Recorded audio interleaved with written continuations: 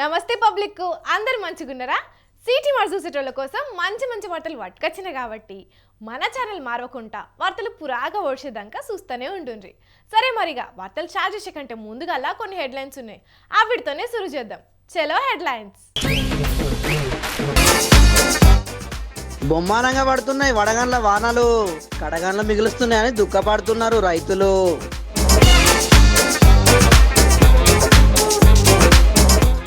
లగ్గం వల్ల పెళ్లి కొడుకు డిమాండ్ చేసిండు మోటార్ సైకిల్, కోపం వచ్చి కన్న తండ్రి కొట్టిండు చెప్పు దెబ్బలు.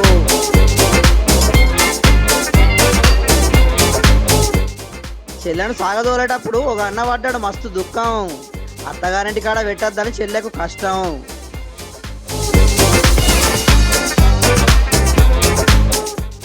ఉత్తరప్రదేశ్లో కారును తయారు చేసిర్రు విమానంగా, పోలీసులు దొరకబట్టి సీజ్ చేసిర్రు బయట తిరగంగా.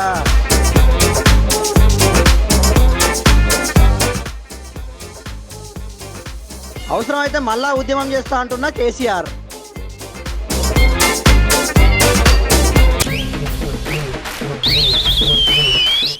అయ్యో రాముల భగవంతా, ఈ రైతులది ఏం గోసా ఏం కథ? పంట వండియనీకి ఆరుగాలం కట్టబడితే ఆఖరుకు నోట్లకొచ్చిన ముద్దను గద్దలు తన్నక పోయినట్టే ఇప్పుడు ప్రకృతి పగబట్టినట్టే చేస్తున్నదుల్లా. పాపం ఈ రైతులకు వచ్చిన గోస మాత్రం ఎవ్వరికి రావద్దు పోన్రి.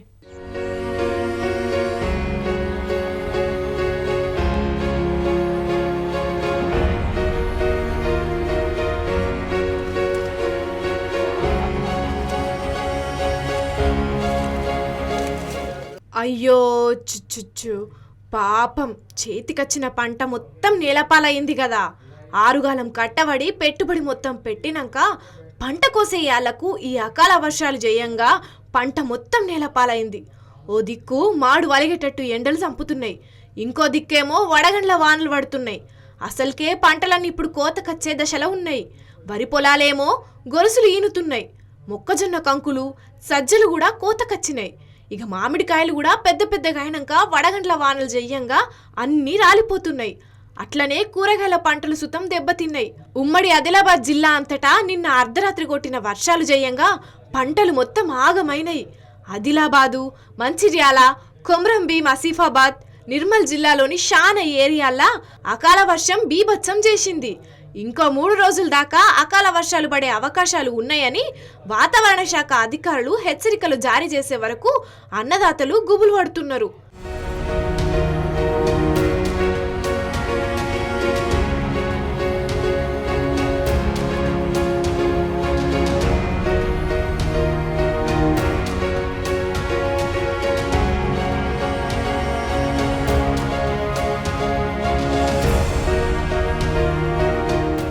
ఆరెండకాలం వర్షాలు పడి మా పంటలని నాశనం చేస్తున్నాయని రైతులు ఆవేదన చెందుతున్నారు. ఇది ఇట్లుంటే ఇంకో దిక్కు నీళ్లు లేక పొలాలు ఎండిపోయే పరిస్థితి మోపైంది. ఈ వాతావరణం ఏందో ఏం కథనో తెలియదు కానీ మొత్తానికైతే రైతులు మాత్రం ఉత్తగా నష్టపోతున్నారు. మరిగా అయ్యా సీఎం రేవంత్ రెడ్డి సారు వడగండ్ల వానలు జయ్యంగా నష్టపోయిన రైతులను ఆదుకునే ఉపాయం చెయ్యురని డిమాండ్ చేస్తున్నారు నష్టపోయిన రైతులు. వీళ్ళనే కాదు, సమయానికి కాలువల ద్వారా నీళ్లు ఇయ్యకపోవట్లా పొలాలు ఎండిపోయిన రైతులకు కూడా నష్టపరిహారం ఇచ్చి వాళ్లను ఆదుకోవాలి అంటున్నారు పంట నష్టపోయిన రైతులు.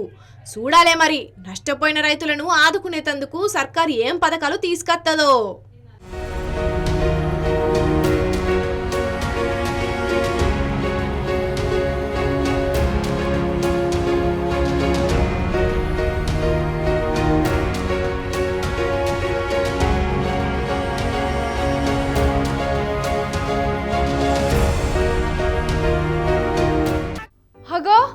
కేసీఆర్ సారు మళ్ళా రంగంలోకి దిగిండు కదా.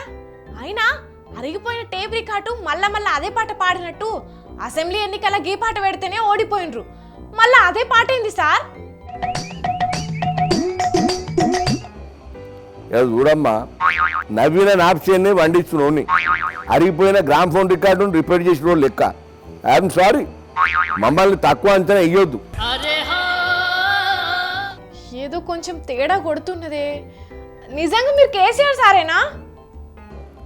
అరే గమ్మత్తున్నది రాహుల్, ఏమో చూడు కేసీఆర్ని పట్టుకొని కేసీఆర్ ఏనా అంటుంది. ఎక్కడికైతే ఎవరు నేర్పించింది దిక్కుమాలిన ముచ్చట? ఏదో పానం మంచిగా లేక ఏదో ఇట్లున్నా పవర్ కూడా లేదు కదా, అందుకనే జర తగ్గిన గామతం దానికే కేసీఆర్ని పట్టుకొని కేసీఆర్ వా ఇది ఎక్కడ దిక్కుమాలిన? ఐఎమ్ సారీ సే, ఇది పద్ధతి కాదు. ఈమెకు కంటి వెలుగు ఆపరేషన్ కంపల్సరీ చేపియాలి. అట్లా కాదు సార్ నా ఉద్దేశం.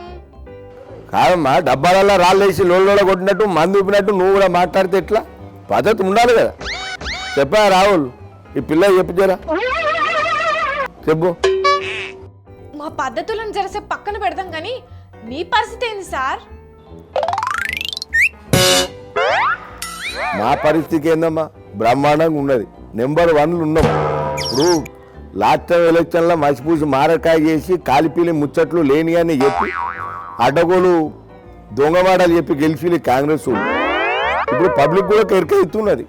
వాళ్ళు కూడా తెలుసుకుంటున్నారు. ఏమే రాహుల్ చెప్పలేదు అమ్మ నన్ను మన మీటింగ్లో ఏమే గయ చెప్తున్నాం మీటింగ్.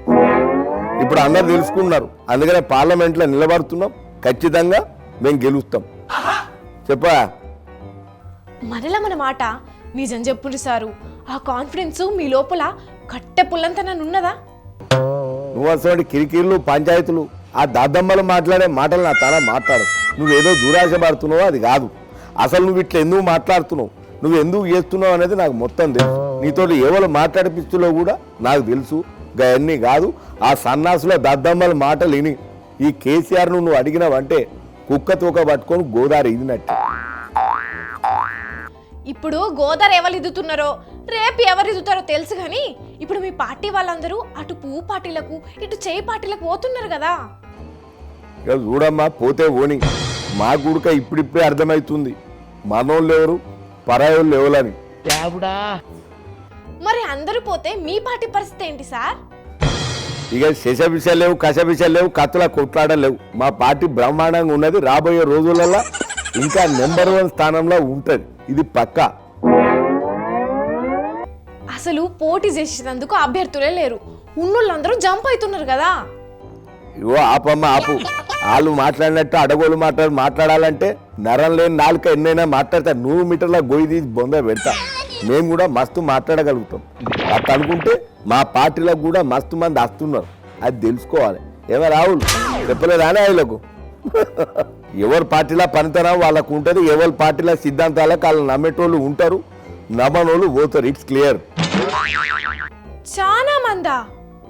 అమ్మ బాబోయ్, ఎవరు వచ్చిండ్రు సార్? అరే ఎందుకు లేదమ్మా, మొన్న ఆర్ఎస్ ప్రవీణ్ మా పార్టీలో జాయిన్ కాలేదా చెప్పు? మా పార్టీ నుంచి ఎంపీగా కూడా పోటీ చేస్తాడు.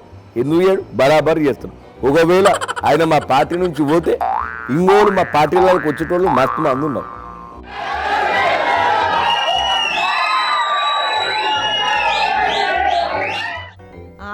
వచ్చినోళ్ళు ఒక్కలే కదా సార్, పోయినోళ్ళు చాలా మంది ఉన్నారు కదా.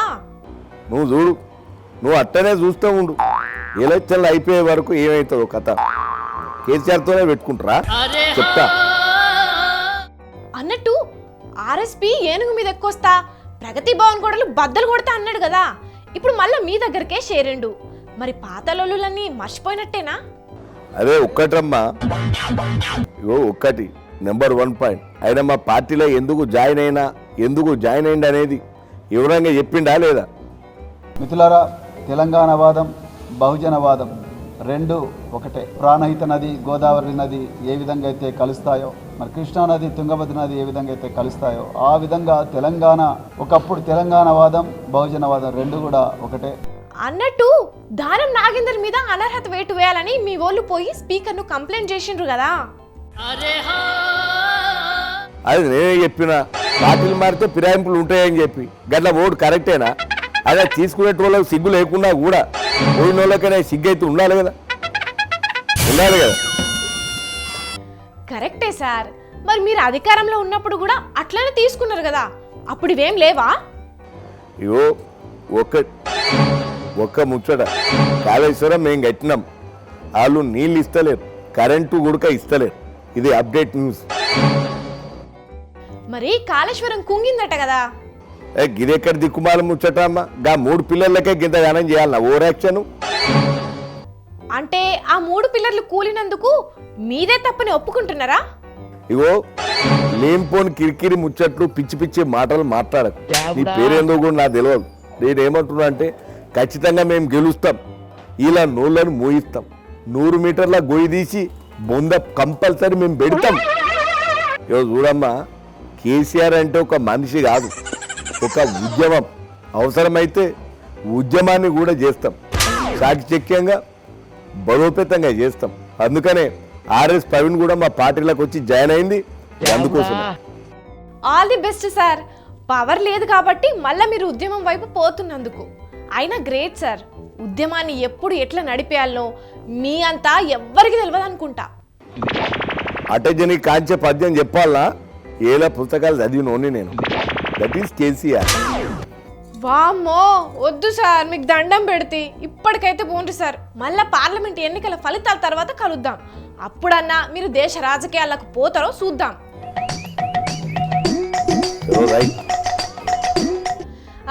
ఇన్నరానుల్లా కథ ఎట్లున్నదో. ఆర్ఎస్ ప్రవీణ్ కుమార్ సారు బీఎస్పీని ఇడిచి బీఆర్ఎస్లో చేరిన పోలే. ఇక పాటోళ్ళు సంతోషపడుకుంటా ఇంకా వస్తారు గొప్పోళ్ళు, అందరూ కలిసి పనిచేస్తామని చెప్తున్నారు. కేసీఆర్ సారు ఈ ఎంపీ ఎలక్షన్లో ఏం చేయాలనో ఎప్పటికప్పుడు చూస్తుండట. అందుకే ఇట్లా వార్తను సార్ స్టైల్లో చెప్పిండు మా మామ. అన్న చెల్లెలి అనుబంధం, జన్మ జన్మల సంబంధం, జాబిలమ్మకిది జన్మదినం, కోటి తారకల కోలాహలం. ఏందుల్లా గట్లా చూస్తున్నారు? ఏమైంది, వార్తలు చెప్పకుండా పాట పాడుతున్నదని అనుకుంటున్నారా? ఇగో ఈ వీడియో చూసినాక నాకు ఇట్లా పాడాలనిపించింది. మరిది ఏందో మీరు కూడా చూసి మీరు కూడా ఏం పాట పాడతారో పాడుకోండి.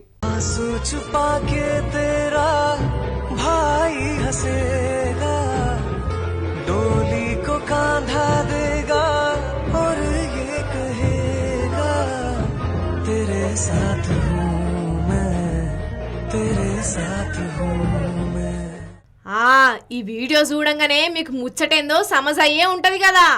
లగ్గమైనాక చెల్లె అత్తగారింటికి పోతున్నదని చెప్పి బావ కాళ్ళ మీద పడి బోరు బోరున ఏడ్చిండు ఈ తమ్ముడు. మరిగ చెల్లె అంటే ఎంత ప్రేమ ఉన్నదో తెలియదు కానీ లగ్గమైనాక మాత్రం నా చెల్లెను మంచిగా చూసుకో బావా అని, నీకు దండం పెడతా బావా అని మస్తు దుఃఖపడ్డాడు. ఇక ఇది చూసినా అక్కడున్న చుట్టాలు కూడా మస్తు బాధపడ్డారు. చిన్నప్పటి సంది కొట్టుకుంటా తిట్టుకుంటా మెదిలే అన్నా చెల్లెళ్ళు లగ్గమైనాక అత్తగారింటికి పోతున్నదని బాధపడేటోళ్ళు మస్తు మంది ఉంటారు. దునియా మొత్తంలా అన్ని సంబంధాలలో అన్నదమ్ముళ్ళు అన్న చెల్లెల బంధం చాలా ప్రత్యేకమైనది. ఈ సంబంధంలా ప్రేమ గొడవలు చాలా కామన్గా ఉంటాయి. అన్న చెల్లి చిన్న చిన్న విషయాలకే ఒకరితో ఒకరు గొడవ పడుతుంటారు. చిన్నప్పటి నుంచి పెరిగి పెద్ద అయ్యే వరకు గొడవలు పడుతూనే ఉంటారు. అన్న చెల్లె ఒకరితో ఒకరు గొడవ పడినా సోదరి పెళ్లి సమయంలో ఎక్కువగా ఏడ్చేది అన్న మాత్రమే అని క్యాప్షన్ ఇచ్చి ఈ వీడియోను సోషల్ మీడియాలో పెట్టిర్రు. ఈ వీడియోకు సోషల్ మీడియాలో మస్తు లైకులు వస్తున్నాయి. ఇది నిస్వార్థ ప్రేమ అని ఒకలు, ఇది సహజం, ఇది ప్రతి సోదరుడు లగ్గం టైంలా కన్నీళ్లు పెట్టుకుంటాడు అని ఒకలు, ఈ అన్నకు చెల్లె అంటే బగ్గ ప్రేమ ఉన్నదని ఒకలు. ఇట్లా మస్తు కామెంట్లు పెట్టుకుంటా ఈ వీడియోను షేర్ చేస్తున్నారు.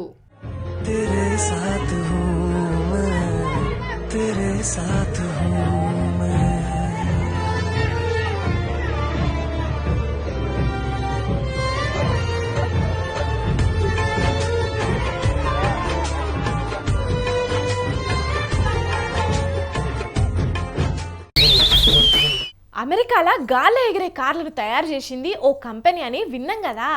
మరి వాటిని చూసినప్పుడు అబ్బా ఒక్కసారి ఎక్కితే మంచిగుండు అనిపించింది కూడా. అయితే ఆ కోరికను అక్కడి దానికి పోయి తీసుకుడు కంటే మన దగ్గరనే తీసుకోవచ్చు. కాకపోతే చిన్న కండిషన్లు అప్లై అంతే. ఇంతకు ఏం కండిషన్లు, ఏం కారు అసలు అంటే చూడుండ్రి, మీకే అర్థమవుతుంది కదా.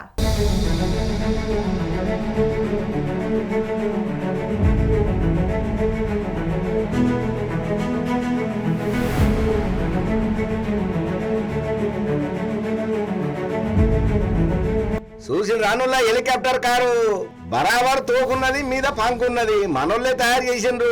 ఇక తాళం నింపి చాలు చేస్తే ఫ్యాన్ గిరా గిరా తిరుగుతున్నది, కారు బయ్యమని గాళ్ళకే గుర్తున్నది. అప్పుడు మంచిగా అమెరికా వాళ్ళు తయారు చేసిన కంపెనీ కారు కంటే మనదే మంచిగా ఉంటదని ఏం సంబరపడకుండ్రి, ఎందుకంటే ఇది హెలికాప్టర్ కారే కానీ ఎగరది. అదేంది ఇంతగా అంటే అవును మరి, జస్ట్ హెలికాప్టర్ లెక్కన ఉండేటట్టు తయారు చేసిండ్రు అంతే.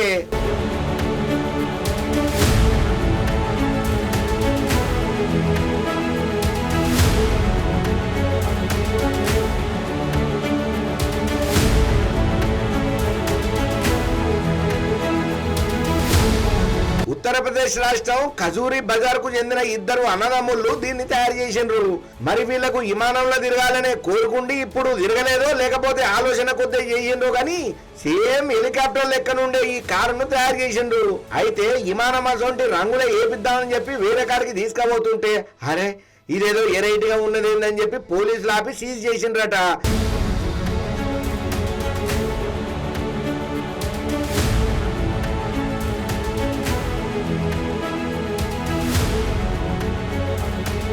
देखिए, जैसा कि आप अवगत हैं कि आदर्श आचार संहिता लग गई, जिसके अनुक्रम में लगातार वाहन चेकिंग थाना पुलिस के द्वारा एफएस के द्वारा की जा रही है। इसी चेकिंग क्रम में यातायात पुलिस के द्वारा एक मॉडिफाइड कार जो है उसको पकड़ा गया है।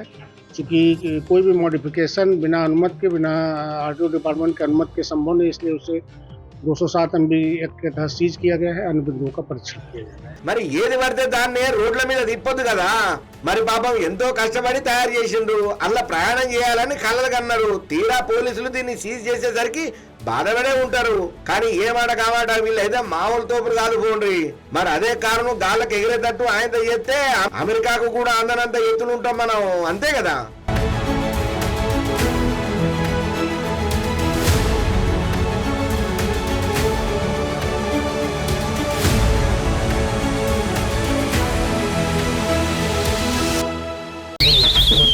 తెచ్చిన గడికి వార్తలు మొత్తం చెప్పేసిన కాబట్టి మళ్ళొక్క పారి ఏమనుకోకుండా హెడ్లైన్స్ చూసేయండి. బొమ్మానంగా పడుతున్నాయి వడగండ్ల వానలు, కడగండ్ల మిగులుస్తున్నాయని దుఃఖపడుతున్నారు రైతులు.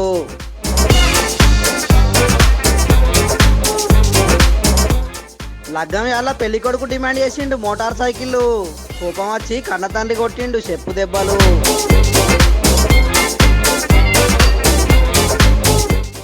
చెల్లెను సాగదోలేటప్పుడు ఒక అన్న పడ్డాడు మస్తు దుఃఖం, అత్తగారింటి కాడ పెట్టద్దని చెల్లెకు కష్టం.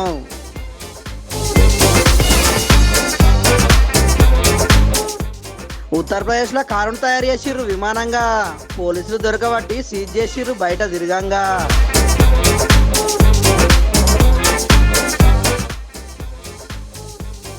అవసరమైతే మళ్ళా ఉద్యమం చేస్తా అంటున్న కేసీఆర్.